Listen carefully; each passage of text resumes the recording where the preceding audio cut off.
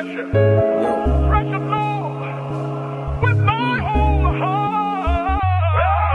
Salamat kay Ginoo sa pagbugtaw mo sa akon. Ikaw din nagpabakod sa akong baladagon. Tanan ko ni nga plano, dapat ko ni kayanon. Halungan mo ko permi sa akong panglakaton. Mga pisa aga, alas 9 nagabugtaw. Makadto sa tropa, mas hindi kag makinadlaw. Basta na maghapon, alas 3 na makakaon. Basta upod ang tropa, madulagi na ang gutom. Katulala kong isa, kung ano ang himuon. Hindi ko gusto nga amulang ko ni gapon. Ako ang mapadayon, hasta ni sa ulihi. Upod na di tanan, wala sang mawigit sa iri. Amo na akong plano, tanan tama asinso. Miski pigado lang, basta kilala ang Ginoo. Respeto nga ginatawag, depende na sa tao. Tapos na akong kanta, salamat gidya sinyo. Sa kada bugtaw, hinapamisarang posible matabo isa kaadlaw. Sa kada kadlaw, dala sa mahiwaga nga bulungan nagtubo sa aton tagi pusoon nga nagdala sa aton sa pagkahidlaw. Kaugalingon lagi sa akon nang nakabate.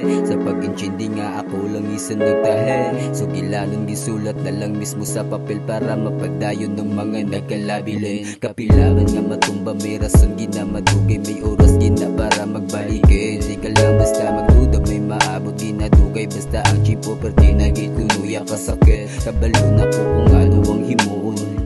Di na para balikan pa kung ano ang natabos akong kagapon. Dugay ko na tugin gapos, kapila ko naging bagon para lang mapatigayon kung ano ang para sa akon. Sa akon mga gisugudan, dutay na lang matupungan kung sino na lang ang nagabalik.